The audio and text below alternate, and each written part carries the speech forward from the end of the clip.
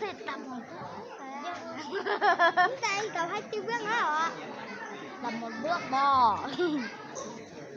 Chúng ta tập 2 tiêu bước nữa kìa. Một bước thôi. Ui, đừng có tập nữa, tôi chỉ nữa. Tốt quá. Ui, thế này em tụi mày.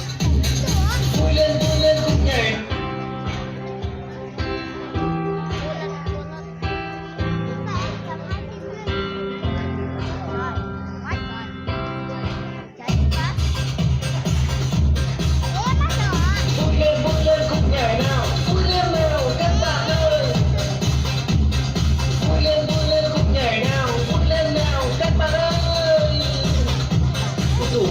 Nhảy của Bắc Hà đẹp quá các bạn ơi, cùng nhảy nhau, vui lên nào các bạn ơi, vui lên nào, nhảy lên nào, vui lên nào, nhảy lên nào, chúng ta cùng nhảy nào.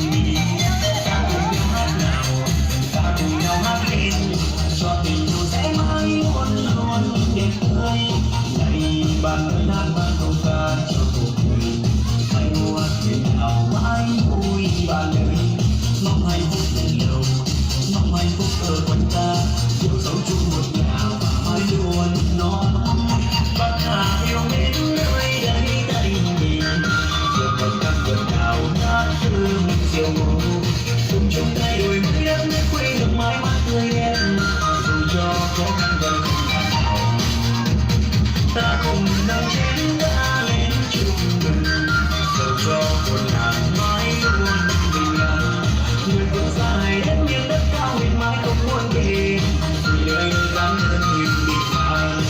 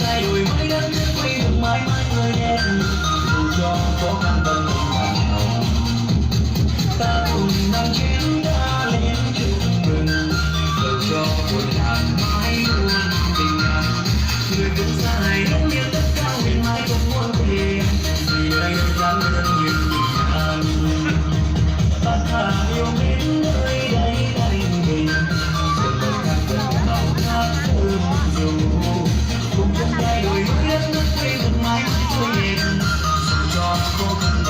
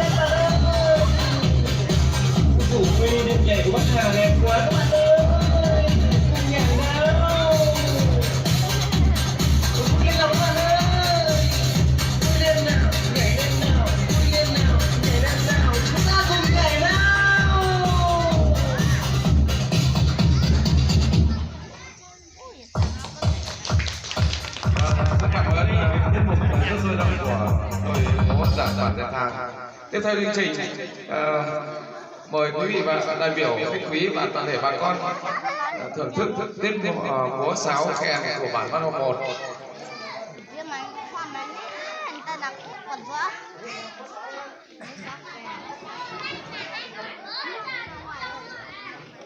Và tiết mục tiếp theo là tiết mục nhảy gian ke sôi động của bản Thìn An xã Giả Tà Lèn. Chuẩn bị ạ.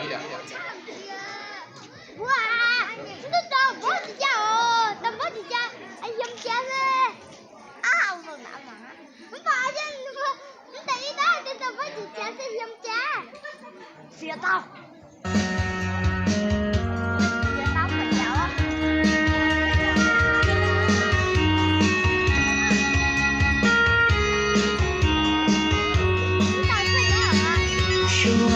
Xua nhà rộn ràng thông cánh đu nơi gió đây mong ly du bao giờ tâm chỉ chạy tiền lưu sơ cử thi sân hay đàn xua tư xin cha tay mong cho chỉ theo lo âu đầu tiên lưu che bị tàu bò chua chua trong nơi gió lối trên nhung trong đi trong một đêm sâu để cho sự sầu đua trào giàu kia xin chi xua tu nhau luôn giữ gìn tuần thì say mong bao